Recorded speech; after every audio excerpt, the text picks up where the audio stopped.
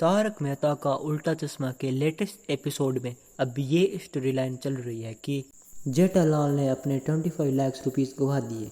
ये कैसे हुआ जानेंगे हम इस वीडियो में। तो जब जेठालाल को नया स्टॉक टोनी कंपनी से खरीदना था, तब जेठालाल ने टोनी कंपनी वालों से बात की थी। तब उन्होंने कहा कि हमें पिछला पेमेंट पूरा हुए बिना हम आपको ये डिलीवरी नहीं करेंगे।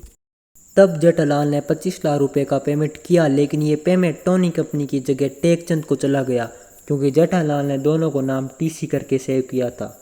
ऐसी मुसीबत तो केवल जेठालाल के पास ही आ सकती है। उस समय जेठालाल को लगा कि वो टेकचंद को पहले से जानता है, क्योंकि टेकचंद भी जेठालाल की तरह दुकानदार था। तो जेठालाल ने सोचा कि वो टेकचंद से पैसे वापस मांग भी लेगा और टेकचंद उसे पैसे वापस दे भी देगा। लेकिन टेकचंद ने तो अपनी दुकान बेच दी थी। तो जेठालाल ने बागा को टेकचंद का एड्रेस लेने के लिए भेजा।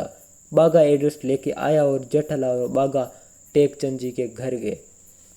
वहाँ जाके वो देखते हैं कि टेकचंद जी की डेथ हो चुकी है, और ये देख के जेठालाल काफ़ी शौक में चला जाता है। ये तो केवल जेठालाल के साथ ही हो सकता है।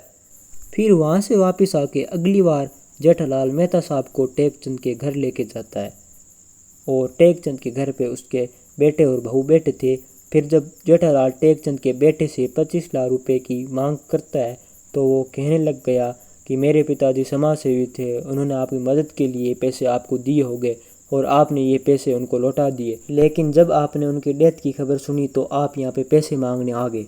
इतने में जेठालाल गुस्सा हो जाता है, लेकिन मेहता साहब जेठालाल को संभाल के बाहर लेके आते हैं। फिर जेठालाल पुलिस स्टेशन जाता है। वहाँ पर चालू पांडे जी को ये सारी बात बताता है। वो उनको ये सजेशन देते हैं कि इन सब मामलों में मैं कुछ नहीं कर सकता, आप कोर्ट में केस कीजिए। फिर जेठालाल एक वकील के पास जाता है। वहाँ पर वो एक बुजुर्ग आदमी को देखता है, वो भी कई सालों से कोर्ट के चक्कर लगा रहा होता है।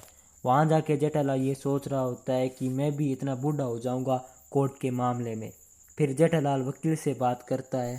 वो भी जेठालाल से कहते हैं कि इन सभी मामलों में टाइम तो लगता है। फिर जेठालाल ये कोर्ट में केस वाला आइडिया ड्रॉप कर देता है और वापस दुकान आ जाता है। लेकिन अब जेठालाल को ये 25 लाख रुपए कैसे मिलेंगे? देखो, जेठालाल को ये 25 लाख रुपए मिलेंगे तो ज़रूर, और मुझे ये लगता है कि गोकुलधाम सोसाइटी वाले कोई प्लान बना के ये पैसे वापस लाएंगे। आपके हिसाब से जेठालाल 25 लाख रुपए कैसे हासिल करेगा? कमेंट करके अपनी राय रखिए। ऐसे ही TMKOC स्टोरी के लिए subscribe to my channel and like and share this video. Thanks for watching this video.